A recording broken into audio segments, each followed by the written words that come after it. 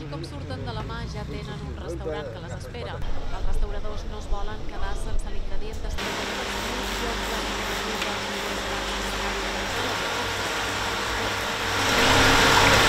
no pas una hecatombe com va passar l'any passat, i hem estat un poc més previsors i tenim els dies ja bastant plens per poder aguantar un poc més dins el setembre, perquè si no, no hi arribarem en el setembre.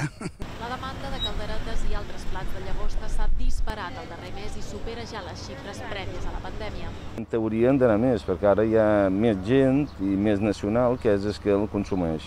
El que passa és que el temps no és massa bon guany. Ens fa molt de ventot, ens fa molt de canvis de temps i la llagosta això me sembla que no li agrada massa, saps què vull dir? Li agrada més un temps estable. Enguany varen començar la veda a l'abril amb moltes incerteses sobre com seria finalment la temporada turística, però la demanda creixent ha animat la veda i el mes de juliol s'han igualat les captures.